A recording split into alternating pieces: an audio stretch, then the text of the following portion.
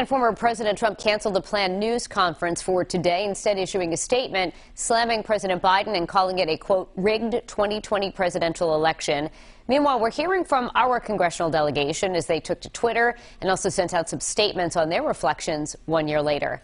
Also getting the unique perspective of Rich Luchetti, who was a staffer for Congressman David Cicilline and was in the Rayburn building when the Capitol was attacked last year.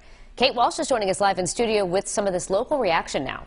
Well, Danielle, this morning 12 News spoke live with Congressman David Cicilline, who said he was told by Capitol Police that day to stay in his office just as he was getting ready to certify the electoral votes for then-President-elect Joe Biden.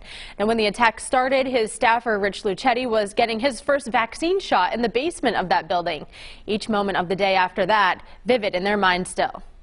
What I most remember was the heroism of the men and women in law enforcement who were fighting not only to protect us and the people who work at the Capitol, but to protect the Capitol building from these violent domestic terrorists. As the Capitol building was being attacked, ranking congressional Democrat David Cicilline locked himself in his office and went to work, penning a letter to then Vice President Mike Pence and an article of impeachment, which the House would later pass.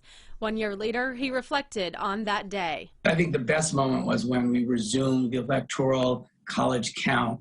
We adjourned briefly after the attack, but we came right back and we finished the work. And I think the message is America is strong and resilient and our democracy survives. His then staffer, Rich Luchetti, said in the past 12 months, he's been frustrated by some lawmakers' response to the investigation.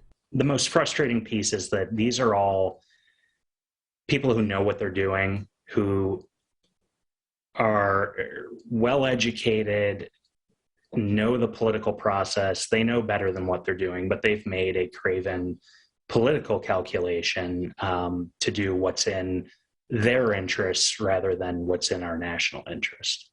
As far as that investigation goes, Senator Sheldon Whitehouse tweeted, "The Attorney General has committed to a fearless investigation that follows the money behind January 6th. That's good. We must have a thorough inquiry that extends beyond the individuals who stormed the Capitol to the planners and funders who stoked the violence." Now, we should note that we've also reached out to the Republican Party here in Rhode Island for reaction to President Biden's speech this morning, as well as reflection on the day 1 year ago. We're still waiting to hear back. Live in the studio, I'm Kate Walsh, 12 News.